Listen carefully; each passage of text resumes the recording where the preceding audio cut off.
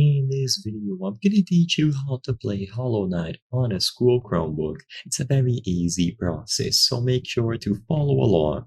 I'm gonna be talking about what methods you have available to play Hollow Knight, either the original game or Silksong on a school Chromebook. So of course, the most obvious answer is to just run the game natively.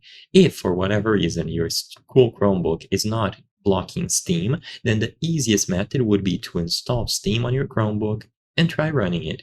As you can see, it is compatible with Windows, SteamOS, Mac, so it should work. The FPS or the frame rate might not be the best, but it is a very straightforward way if it is not blocked on your Chromebook. However, if you are blocked from installing Steam, it isn't working, or you believe that you can find better methods because the frame rate and the experience is choppy, the next best option by far is to use GeForce Now. GeForce Now is a streaming service, and you can input your own games. So if you own Hollow Knight on Steam, either the original one or Silksong, or even if you don't, you can simply subscribe to use the service, and this will allow you to play any of these games through a web browser or through the application if you prefer. The experience is going to be better. However, this is going to depend on your internet connection speed.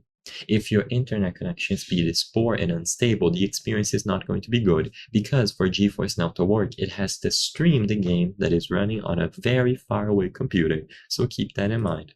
You will go to geforcenow.com, sign up to use the service, and then you can sign in with your Steam account if you own Hollow Knight, or you can browse through the payment options to get GeForce Now and have a subscription working. Besides this, there aren't many other methods, so it's either running it natively or streaming it with a cloud gaming service. So I hope I was able to help you. If this video helped you, please consider subscribing. As you can see, according to our channel metrics, 83% of the people watching our videos are not subscribed. By subscribing, you can help us make higher quality videos. Thank you for watching, and I'll see you on the next one.